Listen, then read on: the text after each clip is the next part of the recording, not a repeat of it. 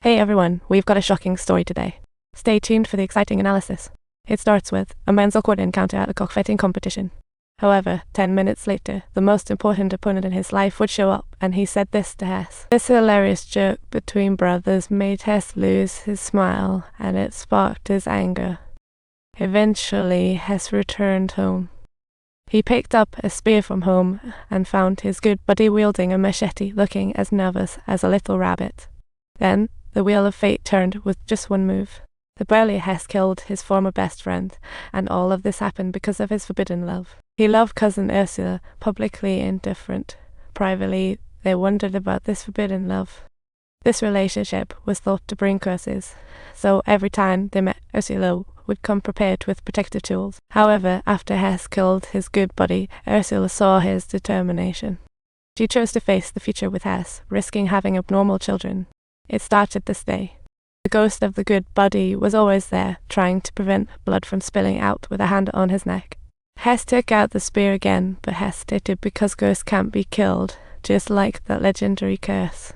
So he embarked on a tough yet hopeful journey with pregnant Ursula and a group of young people yearning for a free life. They hoped to find fertile land to start a new life. In a hot jungle, Hess took a break.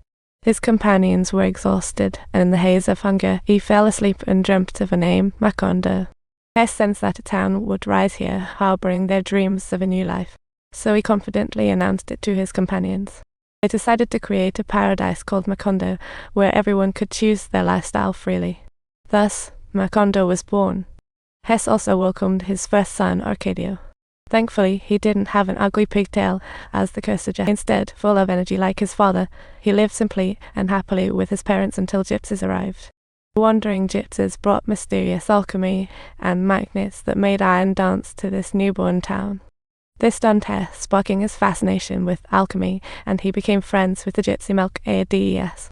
He became obsessed with scientific research while Ursula's belly grew rounder, eventually welcoming their second son. Ursula was relieved that this child also had no pigtail and was named Aureliano.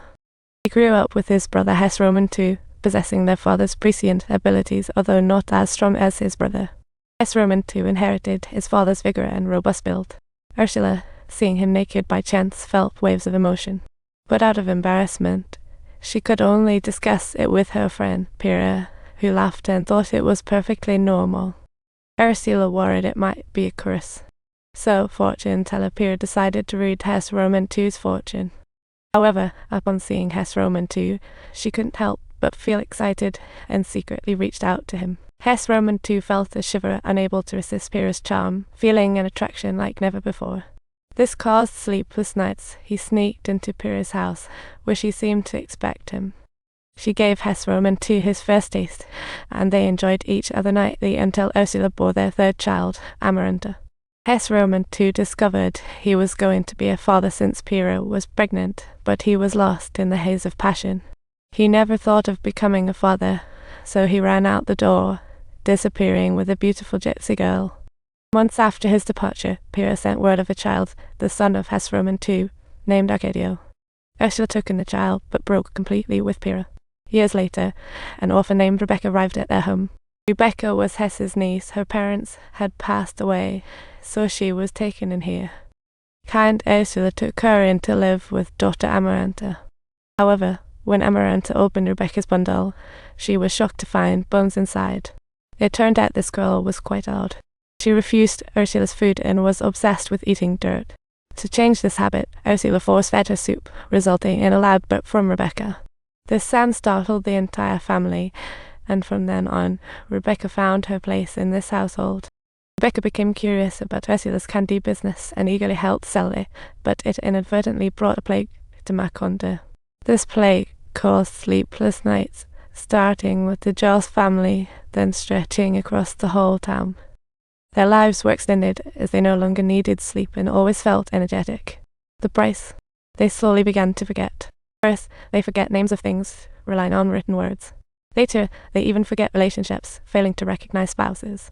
Just rushed to find his wife to discuss a plan. However, everyone was forgetting their past. Forgetting the past meant losing themselves.